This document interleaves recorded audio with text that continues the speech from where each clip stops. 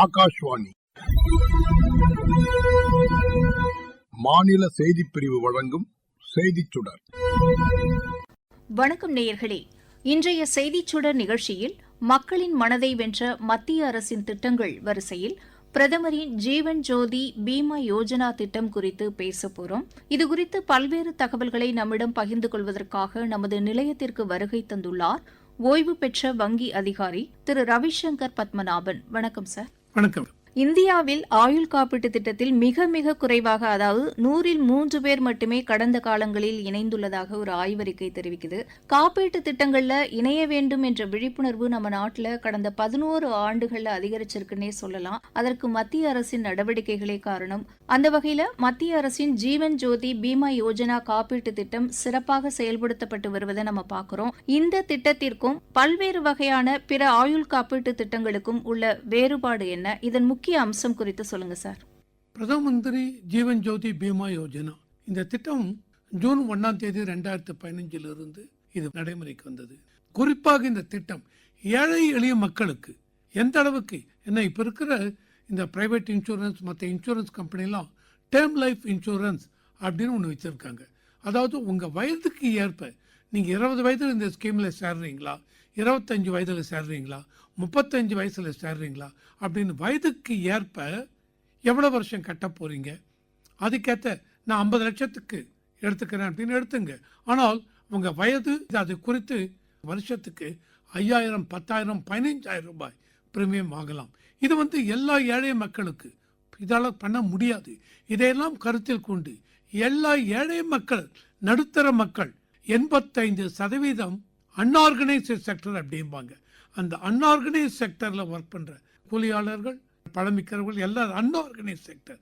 இவங்க அத்தனை பேரும் இவங்களால எந்த அளவுக்கு குறைவான பிரீமியம் கட்டி இந்த இதில் சேர முடியுங்கிறதுக்காக இந்த ஸ்கீமுக்கு கீழே ஆண்டு பிரீமியம் 436 ரூபாய் கட்டினா போறோம். ஸோ இது ஒரு அருமையான ஒரு திட்டம். இந்த திட்டம் ஆரம்பித்ததுலேருந்து இன்னைக்கு தேதிக்கு பிப்ரவரி மாதம் அப்படி நீங்கள் பார்த்தீங்கன்னு வச்சுங்க, 2019-20 2200 10,000 பேர் சேர்ந்த இது இன்னைக்கு கோடிக்கணக்கில் தாண்டி 50 கோடிக்கு மேலே என்ரோல்மெண்ட் ஆயிருக்காங்க. இது ஒரு அருமையான திட்டம். Okay sir. ஏழை மக்கள், அமைப்பு சாரா தொழிலாளர்கள் இவங்களுக்காக குறிப்பாக கொண்டு வரப்பட்டிருக்கு அப்படிங்கறது புரிஞ்சுக்க முடியுது சார். ஆயுள் காப்பீட்டு திட்டங்கள் ஏன் அவசியமானது? ஒரு குடும்பத்திற்கு அது ஏன் அத்தியாவசியமான ஒன்றாக திகழ்கிறது சார்? எந்த ஒரு மனிதனுக்கும் வாழ்க்கை நிரந்தரம் இல்லை. திடீரென்று விபத்து ஏற்படலாம். என்னுடைய தேக ஆரோக்கியத்தெல்லாம் கணக்கில் கொண்டு இந்த இன்சூரன்ஸ் பணம், நீங்க என்ன இன்சூர் பண்றீங்களோ அந்த பணம் அந்த குடும்பத்திற்கு உறுதுணையாக நிற்கும். அந்த குடும்பத்தில் இருக்கும் மகன் மகள் படிப்பதற்கு, அந்த குடும்பத்தின் வாழ்வாதாரத்தை தலை தூக்கி வைப்பதற்கு மிகவும் முக்கியமான ஒன்று. ஆனால் இந்த திட்டத்தின் கீழ் எல்லாம் இது டிபெண்ட்ஸ் ஆன் எவ்வளவு நான் கட்ட போறேன், எவ்வளவு பணம் வரப்போகுது. இந்த திட்டத்தின் கீழ் 2 லட்சம் 2 லட்சம்ங்கிறது ஒரு பெரிய அமௌண்ட். ஸோ அதனால இது நிரந்தரம் இல்லைங்கிற கருத்தில் கொண்டு ஃபியூச்சர் இதுக்கு பணம் கண்டிப்பாக அவசியம் அப்படிங்கிறத கருத்தில் கொண்டோம் என்றால் இந்த பணம், இந்த இன்சூரன்ஸ்ங்கிறது கண்டிப்பாக ஒரு குடும்பத்திற்கு மிக முக்கியம். இந்த திட்டத்துல எவ்வாறு இணைவது, வயது தகுதி போன்ற நடைமுறைகள் குறித்து விளக்கமா சொல்லுங்க சார். அனைவரும் இணையலாமா? வெளிநாடு வாழ் இந்தியர்களும் இந்த திட்டத்துல இணையலாமா? இந்த திட்டத்தின் கீழ் நீங்க பார்த்தீங்க அப்படின்னா 18 to 50 வயசுக்குள்ள இருக்கிற எல்லாருமே இணையலாம். அதிகபட்சம் 50 வயசு தான். 50 வயசை நீங்க தாண்டி விட்டீர்கள் என்றால் இந்த திட்டத்தில் இணைய முடியாது. இந்த திட்டத்தில் இந்திய குடிமகன் மட்டும் இல்லாமல் வெளிநாட்டைச் சேர்ந்த இந்திய குடிமகனும் இந்த திட்டத்தின் கீழ் சேரலாம். இந்த திட்டத்தின் கீழ் சேருவதற்கு கண்டிப்பாக உங்களுக்கு ஒரு பேங்கிலோ அல்லது தபால் நிலை கண்டிப்பாக உங்களுக்கு கணக்கு இருக்க வேண்டும். ஸோ அந்த மாதிரி கணக்கு இருந்தால் இந்த திட்டத்திற்குள் நீங்க சேரலாம். இந்த திட்டத்தில் சேருவதற்கு இப்பொழுது நிறைய பேங்க்ல ஆன்லைன் ஃபெசிலிட்டி வந்திருக்கு. ஸோ நீங்க டைரக்டா ஆன்லைன் மூலமும் அந்த பேங்கினுடைய போர்ட்டலுக்குள்ள போய் ஆன்லைன் மூலமும் இந்த திட்டத்தில் சேரலாம். சேரும் பொழுது நீங்கள் கொடுக்க வேண்டிய என்ரோல்மெண்ட் ஃபார்ம்னு ஒன்று இருக்கும். அந்த என்ரோல்மெண்ட் ஃபார்மை டீட்டெயிலாக ஃபில்அப் பண்ணலாம். ரெண்டாவது, உங்கள் அக்கௌண்ட்டை டெபிட் பண்ணுறதுக்கு ஆத்தரைசேஷன் ஃபார்ம். என்ன டெபிட் பண்ணணும், வருஷத்துக்கு ஒரு தடவை நீங்கள் ப்ரீமியம் கட்டுறீங்க அப்படின்னால் அந்த ப்ரீமியம் டெபிட் பண்ணுவதற்கு நான் முன்னாடியே சொன்ன இந்த திட்டத்தின் கீழ் 436 ரூபாய் கட்ட வேண்டும். இந்த திட்டம் ஆரம்பிக்கும் பொழுது ஜூன் மாதம் 1 அடுத்த வருடம் மே மாதம் 31 வரைக்கும் இந்த பீரியட் இருக்கு. ஸோ ஒருவர் சேர்றோம் அப்படின்னா நீங்கள் ஜூன் மாதமே சேர்ந்து விட்டால் நீங்கள் கட்ட வேண்டிய தொகை 436 ரூபாய். ஜூன், ஜூலை, ஆகஸ்ட் இதில் எப்போ நீங்கள் ஜாயின் பண்ணாலும் 436 ரூபாய் ப்ரீமியம் கட்ட வேண்டும். இல்லை ஒருத்தர் செப்டம்பர் மாதம் சேர்றார் ஆர் அக்டோபர் மாதம் சேர்றார் அப்படின்னா செப்டம்பர், அக்டோபர், நவம்பர் அந்த மாதங்களில் நீங்கள் சேர்ந்தீங்கன்னா 342 ரூபாய் ப்ரீமியம் கட்ட வேண்டும். இதையும் தாண்டி டிசம்பர், ஜனவரி, பிப்ரவரி அந்த பீரியடில் ஒருத்தர் அந்த வருஷத்தில் ஜாயின் பண்ணுறார் அப்படின்னால் அவர் கட்ட வேண்டிய ப்ரீமியம் தொகை 228 ரூபாய். இதை இல்லாமல் மார்ச், ஏப்ரல், மே மாதம் ஒருத்தர் இந்த அக்கௌண்ட்டில் சேர்றாருனால் இந்த ஸ்கீம் கீழே 114 ரூபாய் கட்டினா போகிறோம் அந்த 3 மாதத்துக்கு. அதாவது எந்த மாதத்தில் எப்போ சேர்றீங்க அதுக்கேற்ற மாதிரி ப்ரோராட்டா பேசிஸ் அப்படிம்பாங்க, அதுக்கேற்ற மாதிரி நீங்கள் ப்ரீமியம் கட்ட வேண்டும். இந்த ப்ரீமியம் கட்டினா உடனே நான் சொன்ன மாதிரி இந்த டாக்குமெண்ட் என்ரோல்மெண்ட் ஃபார்ம் உங்கள் அக்கௌண்ட்டை அந்தந்த சமயத்தில் நீங்கள் டெபிட் பண்ணுவதற்கு, தொடர்ந்து ரினியூவல் அதுக்கெல்லாம் கட்டுவதற்கு நீங்கள் ஒரு ஃபார்ம், ஆத்தரைசேஷன் ஃபார்ம் கொடுக்கணும். இதையும் தாண்டி கன்சென்ட் ஃபார்ம்னு ஒன்று இருக்குது, கன்சென்ட் அண்ட் டிக்ளரேஷன் ஃபார்ம், இந்த ஃபார்மையும் கொடுக்கணும். ஸோ இப்போ இந்த வருஷம் சேர்ந்து விட்டேன் அப்படின்னால் அதுக்கு அடுத்த வருடத்திலிருந்து 436 ரூபாய் எவ்ரி இயர் உங்கள் அக்கௌண்ட்டில் டெபிட் பண்ணிடுவாங்க. சேரும்பொழுது மட்டும்தான் எந்த மந்த்து சேர்ந்தீங்க அதுக்கேற்ற மாதிரி அமௌண்ட்டு குறையும். அடுத்த வருஷத்துலேருந்து ரெனியூ பண்ணும்பொழுது ரெகுலராக 436 ரூபாய் டெபிட் பண்ணி விடுவார்கள். இது எல்லாத்தையும் நீங்கள் ஆன்லைன்லேயே அப்லோட் பண்ணலாம். இந்த எல்லா டாக்குமெண்ட்டும் அப்லோட் பண்ணியாச்சு அப்படின்னால் உங்களை இந்த ஸ்கீம் கிட்ட சேர்த்துருவாங்க. உங்களுக்கு எஸ்எம்எஸும் வரும். ஆன்லைன் ஃபெசிலிட்டி இல்லைனால் நேராக அந்த பர்டிகுலர் எந்த பேங்க்கில் அக்கௌண்ட் வச்சுருக்கீங்க அந்த பர்டிகுலர் பிரான்ச் அண்ட் பேங்க் இதுக்கு போய் அங்கே எல்லா டாக்குமெண்ட்டையும் கொடுங்க, இந்த அக்கௌண்ட்டில் சேர்ந்து விடலாம். ஸோ இதுதான் இந்த அக்கௌண்ட் மூலம் சேருவது. இது என்ஆர்ஐயாக இருந்தாலும் இதே தான் அவருக்கும். நீங்கள் என்ஆர்ஐயாக இருந்தாலும் உங்களுக்கு இந்தியாவில் பேங்க்கில் அக்கௌண்ட் இருக்கணும். அதாவது என்ஆர்ஐக்கு என்ஆர்ஓன்னு அக்கௌண்ட் வச்சுருப்பாங்க. அவர் என்ன பண்ணலாம், அந்த என்ஆர்ஓ அக்கௌண்ட்டுக்கு இவர் டிக்ளரேஷன் ஃபார்ம் எல்லாம் கொடுத்து இந்த அக்கௌண்ட்டை நீங்கள் டெபிட் பண்ணிக்கோங்க. இந்த அக்கௌண்ட்டை டெபிட் பண்ணி 436 ரூபாய் ஒவ்வொரு மாதமும் நீங்கள் அனுப்புங்க அப்படின்னு சொல்லுவாங்க. இந்த மாதிரி அனுப்பியாச்சுன்னா பேங்க் இந்த பணத்தை இதை மொத்தமாக கலெக்ட் பண்ணி இவங்க அந்த பர்டிகுலர் இன்சூரன்ஸ் கம்பெனி, ஒவ்வொரு பேங்க்கும் ஒரு இன்சூரன்ஸ் கம்பெனியோட வச்சுருப்பாங்க, சர்வீஸ் இது வச்சுருப்பாங்க, அந்த இன்சூரன்ஸ் கம்பெனிக்கு அனுப்பிச்சிடுவாங்க.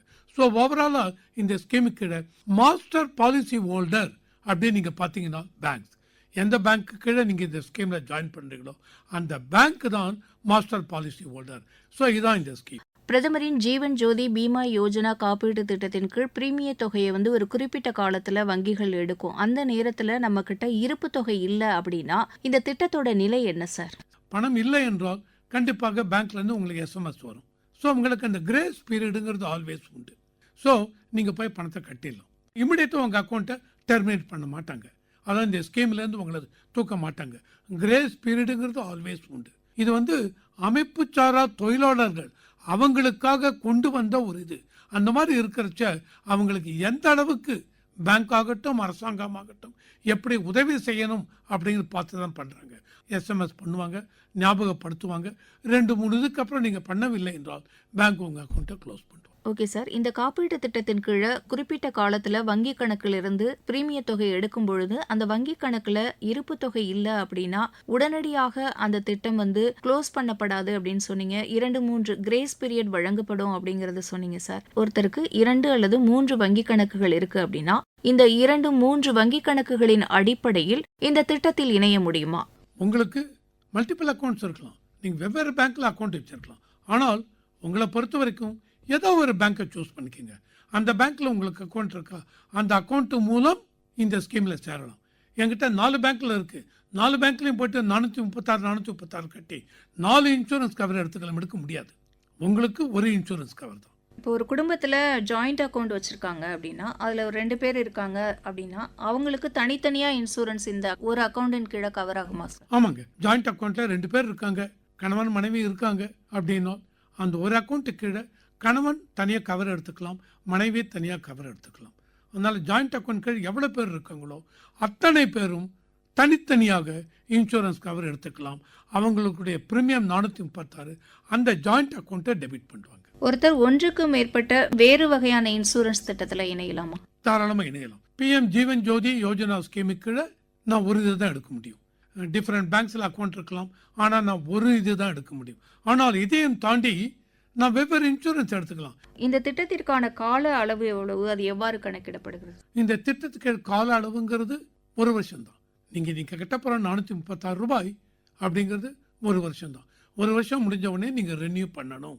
அப்படி ரெனியூ பண்ண தவறிவிட்டீர்கள்னால் due to various reason bank உங்களுக்கு ரிமைண்டர் கொடுக்குறாங்க, இன்னைக்கு தேதிக்குள்ளே கட்டணும் வாங்க, அதுக்குள்ளே நீங்கள் அதை கட்டி முடிக்கணும். கட்டி முடிக்கவில்லை என்றால் உங்கள் அக்கௌண்ட்டை டெர்மினேட் பண்ணுவாங்க. முன்னாடியே சொன்னேன், 18 வயசுலேருந்து 50 வயசு வரைக்கும் நீங்கள் பாட்டுக்கு ரெனியூ பண்ணிகிட்டே இருக்கலாம். ஆட்டோமேட்டிக்காக பேங்க் ரெனியூ பண்ணும், ப்ரொவைடட் உங்கள் அக்கௌண்ட்டில் ஃபண்ட்ஸ் இருந்தால். இந்த திட்டத்தில் சேர்ந்த ஒருவர் உயிரிழக்க நேரிட்டால் அதற்கான இழப்பீட்டுத் தொகை எவ்வளவு கால இடைவெளிக்குள் அந்த குடும்பத்திற்கு கிடைக்கும், எவ்வளவு தொகை கிடைக்கும் சார்? இந்த காலகட்டங்கிறது இந்த திட்டத்தை கீழே அதிகபட்சம் 55 வயது வரைக்கும் இருக்கலாம். 50 வயதுக்குள்ளே சேர்ந்து விட வேண்டும். ஆனால் 55 வயது வரை உங்கள் அக்கௌண்ட்டை டெபிட் பண்ணி ரெனியூ பண்ணிப்பாங்க. 55 வயசுங்கிறது அது வரைக்கும் உங்களுக்கு எக்ஸ்டெண்ட் பண்ணுவாங்க. 55 வயதை தாண்டி விட்டீர்கள் என்றால் உங்களுக்கு இழப்பீடு எதுவும் கிடையாது, கொடுக்க மாட்டார்கள். இந்த ஸ்கீமுக்கு இழப்பீடு கிடையாது. 55 வயதுக்குள்ள ஏதாவது ஒன்று உங்களுக்கு இறந்து விட்டது என்றால் இன்சூர் பண்ணவங்களுக்கு 2 லட்சம் ரூபாய் கிடைக்கும். ஸோ இவர் யாரை நாமினியாக போட்டிருக்காங்களோ அந்த நாமினியுடைய அக்கௌண்ட்டுக்கு இந்த பணம் போய் சேரும். நாமினியே போடவில்லை அப்படின்னால் அவருடைய லீகல் ஹேர்ஸ், அந்த லீகல் ஹேர்ஸு அந்த ப்ராசஸ் இருக்குது. நாங்கள் தான் இவருக்கு லீகல் ஹேர்ஸ் சர்டிஃபிகேட்லாம் வாங்கி கொடுத்து அதை அந்த லீகல் டிபார்ட்மெண்ட்டில் அவங்க ரிவ்யூ பண்ணி எல்லாம் முடிஞ்சதுக்கப்புறம் இவங்க இந்த இன்சூரன்ஸ் கம்பெனிக்கு அனுப்பிச்சு இன்சூரன்ஸ் கம்பெனி எல்லாத்தையும் சரி பண்ணி முடிச்சுட்டாங்கன்னா அந்த லீகல் ஹேருடைய அக்கௌண்ட்டுக்கு இந்த பணம் இழப்பீட்டு தொகை 2 லட்சம் ரூபாய் போய் சேரும். ஜீவன் ஜோதி பீமா யோஜனா திட்டத்தின் கீழ் இழப்பீட்டுத் தொகை அனைத்து உயிரிழப்புகளுக்கும் வழங்கப்படுமா, அல்லது விபத்துகளினால் ஏற்படும் உயிரிழப்புகளுக்கு மட்டும்தான் வழங்கப்படுமா? எல்லா இதுக்கும் ஏற்படுங்க. நேச்சுரல் டெத் மெயினாக அது ரொம்ப இம்பார்ட்டன்ட். நேச்சுரல் டெத் இதையும் தாண்டி விபத்து மூலம் ஏற்பட்டு விட்டதா அதுக்கும் உண்டு. எல்லா இதுக்கும் உண்டுங்க.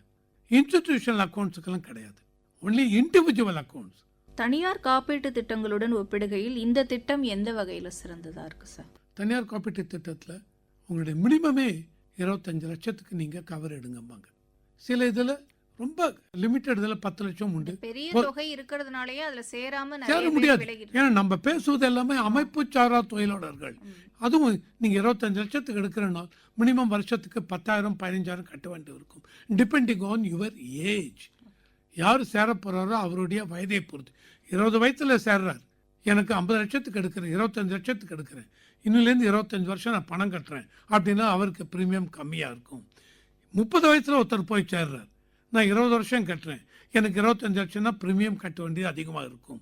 இதெல்லாம் இந்த ஸ்கீம் கீழே அமைப்பு சாரா தொழிலாளர்கள் 85% பேர் அமைப்பு சாரா தொழிலாளர்கள். அந்த மாதிரி இருக்கிறச்சே இவங்க தனியார் இதுக்கு போக முடியாது. இந்த திட்டத்தின் கீழ் இம்பார்ட்டன்ட் என்ன அப்படின்னா உங்களோட ஹெல்த் செக்கப்லாம் ஒன்றும் கிடையாது, அக்கௌண்ட் இருந்தால் போதும். தனியார் மற்ற இதில் அந்த மாதிரி இது கிடையாது. ஹெல்த்தை செக்கப் பண்ணுவாங்க, என்ன இருக்குது என்ன பிரச்சனை இருக்குது எல்லாத்தையும் செக்கப் பண்ணுவாங்க.